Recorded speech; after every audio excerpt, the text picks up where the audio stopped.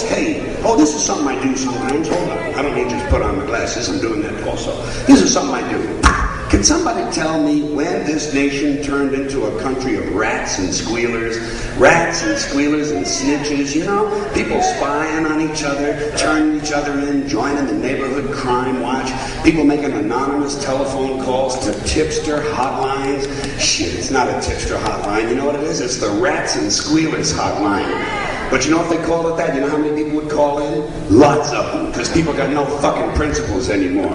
Everyone's a stool pigeon now, a nation of stool pigeon informers. How am I driving? Call at 1-800 and squeal on a truck driver. Sounds like a little thing, but it's not. It's an open invitation to be a rat. And that's what people are. They cooperate with prosecutors, for Christ's sakes. Prosecutors, the worst kind of dishonest swine ever to crawl out of the devil's asshole. People cooperate, they make deals with them, they plea bargain and betray their friends to get a lighter sentence. That's how the prosecutors ruined the mafia, got them to sell each other out. When I was a kid, we looked up to the mafia. We respected those guys because they had a code of silence. No one talked, ever. Omerta. No one ever talked. Now, they put the finger on each other and they join the witness protection program. They buy a fake mustache so they can move to Pocatello, Idaho. You know something? They deserve fucking Pocatello, Idaho.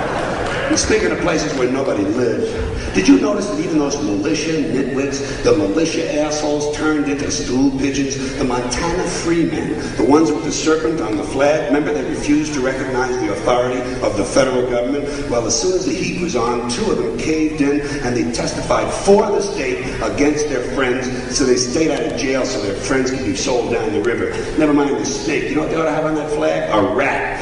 A nice big brown Norwegian sewer rat fucking the snake in the asshole. And both of them wearing camouflage fatigues. Patriots, shit. Patrick Henry's probably spinning in his grave like a pinwheel. We got no heroes anymore, no heroes. Elvis Presley was a snitch for the DEA. Timothy Leary squealed to the FBI. The only real hero I've seen recently, Susan McDougal. She told Ken Starr to go get fucked, and she went to jail for it. That's a fucking hero. I'll tell you this, Clinton must have thrown her a pretty good hump to get loyalty like that. And what really bothers me is people squealing on their families. That shit is right out of Nazi Germany. Parents spying on their kids, going in their rooms, looking in their drawers, turning their kids into the police. And the kids are no better. Did you ever read about one of these kids who turns in his parents for having drugs in the house? Shit, how stupid can you be? You don't turn in the people who are buying the fucking food, asshole. Think it over. Squealing on your relatives. Ted Kaczynski, the Unabomber, one of my personal heroes, by the way. He was turned in by his own brother for $1 million. You don't do that. You don't turn in your brother or your parents or your kids no matter what they've done. Whatever happened to family values? In fact, you should never cooperate with the police ever, in any way. Never cooperate with the fucking police. Fuck the police. Let them solve some crimes on their own for a change. They rely too much on unsolved mysteries and America's Most Wanted to get people to solve their fucking crimes for them. Turn good people into bounty hunters and vigilantes lower than a snake's ball bag.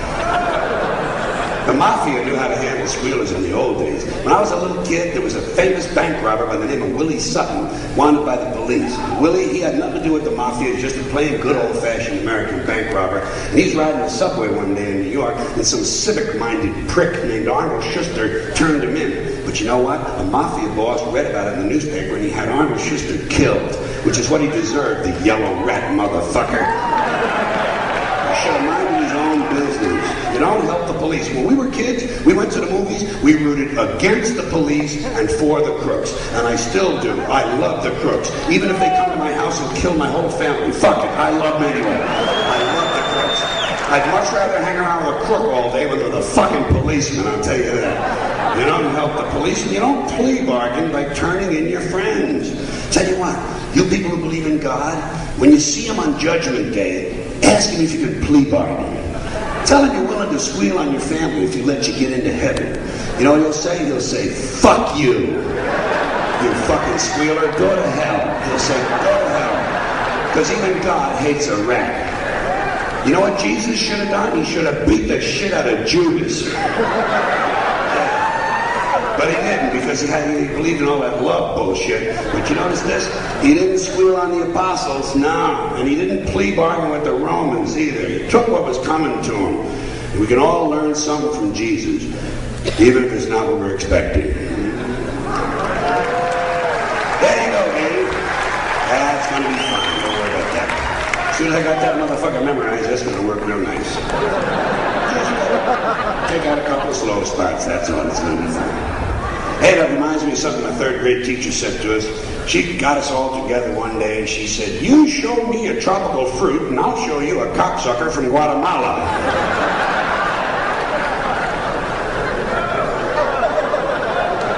No, that wasn't her. That was a guy I met in the army. I always confused those two people. Hey, you know something that bothers me? When I'm flying first class and some guy from Coach comes up and takes a shit in our bathroom. You know, I say, get back to your filthy Coach toilet with the tampon sticking out of the commode. But don't be coming up here and leaving your disgusting super saver feces in our nice, clean, attractive first class chemical toilet. Well, I think most people know by now, Coach feces smell much worse than first class feces. It's too bad, it's unfortunate, but it is true. It's a function of socioeconomics. It has to do with diet as it relates to income. The lower the income, the worse the diet, the more disgusting the feces. It's a scientific fact. Most people know it. And the farts, too. In fact, the worst farts of all in the whole travel industry can be found in the economy section of any plane coming in from the third world. It is fucking torture back there. They have farts back there that could kill cancer. Especially in the last 3 rows. Because what happens is, these planes get flying so fast that all the most vicious and lethal farts are pushed toward the back of the airplane, where they build up pressure until they reach critical fart density, CFD, and the whole back end of the plane blows off, and terrorists get blamed.